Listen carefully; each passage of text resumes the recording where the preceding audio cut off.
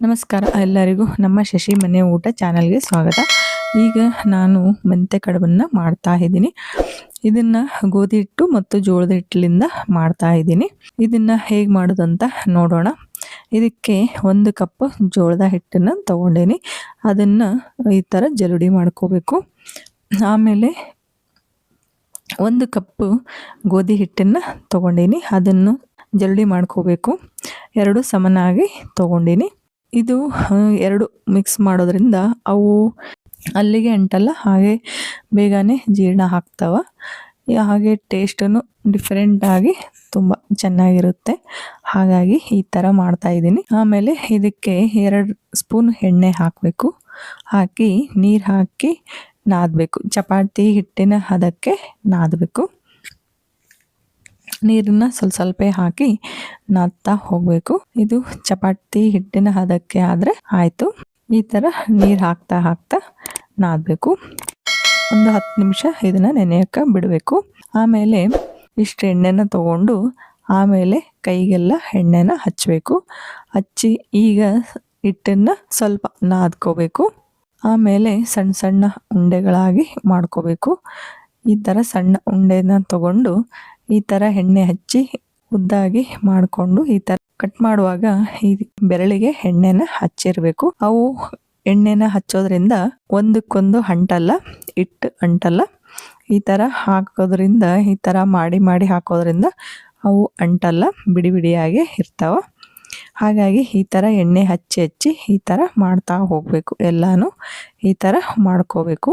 ನೋಡಿ, ಇಷ್ಟಿಷ್ಟೇ ಪೀಸ್ಗಳಾಗಿ ಮಾಡ್ಕೋಬೇಕು. ಆಗ ಜಲ್ದಿನೇ ನೀರಲ್ಲಿ ಕುದೀತವೆ, ಹಾಗೆ ಟೇಸ್ಟೂ ತುಂಬ ಚೆನ್ನಾಗಿ ಇರ್ತವೆ. ಈಗ ನೀರನ್ನು ಕಾಯಕ್ಕಿಟ್ಟಿದ್ದೀನಿ. ಇವನ್ನ ನೀರಲ್ಲಿ ಕುದಿಸ್ಬೇಕು ಈಗ. ಹಾಗಾಗಿ ಈ ನೀರನ್ನು ಕಾಯಕ್ಕೆ ಇಟ್ಟಿದ್ದೀನಿ. ಇದಕ್ಕೆ ಒಂದು ಪ್ಲೇಟನ್ನು ಮುಚ್ಚೋಣ, ಬೇಗ ಕಾಯ್ತವ ನೀರು. ಆಮೇಲೆ ಮೆಂತೆ ಪಲ್ಯನ ಈ ಥರ ಸೋಸಿ ಇಟ್ಟಿದ್ದೀನಿ. ಇದನ್ನು ಸಣ್ಣದಾಗಿ ಕಟ್ ಮಾಡಬೇಕು. ಈ ಥರ ಎಲ್ಲನೂ ಕಟ್ ಮಾಡ್ಕೋಬೇಕು.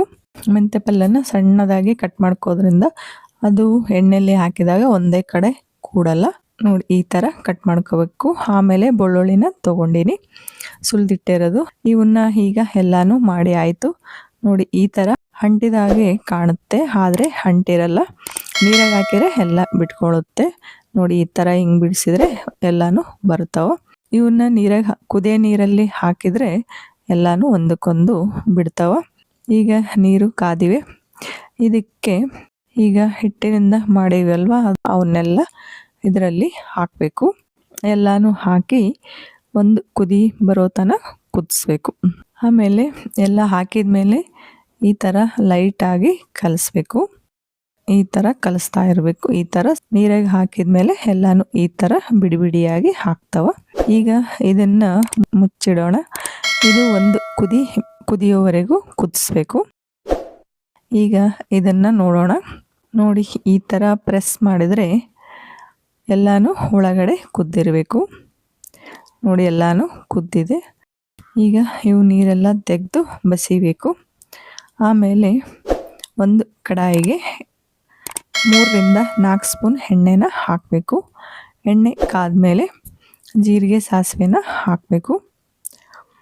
ಆಮೇಲೆ ಬೆಳ್ಳುಳ್ಳಿನ ಹಾಕಬೇಕು. ಬೆಳ್ಳುಳ್ಳಿನ ಸ್ವಲ್ಪ ಕುಟ್ಟಿ ಇಟ್ಕೊಂಡಿದ್ದೀನಿ, ಅವನ್ನ ಇದರಲ್ಲಿ ಹಾಕಬೇಕು. ಹಾಕಿ ಸ್ವಲ್ಪ ಇವು ಕೆಂಪಗಾದ್ಮೇಲೆ ಈಗ ಮೆಂತೆ ಪಲ್ಯನ ತೊಳೆದ್ಬಿಟ್ಟು ಹಾಕಬೇಕು. ಇದರಲ್ಲಿ ಹಾಕಿ ಇದನ್ನು ಸ್ವಲ್ಪ ಫ್ರೈ ಮಾಡಬೇಕು. ಆಮೇಲೆ ಸ್ವಲ್ಪ ತೊಳೆದಿಟ್ಟ ಕರಿಬೇವನ್ನು ಹಾಕಬೇಕು. ಆಮೇಲೆ ಇದಕ್ಕೆ 1/2 ಸ್ಪೂನ್ ಉಪ್ಪು ಹಾಕಿದ್ದೀನಿ.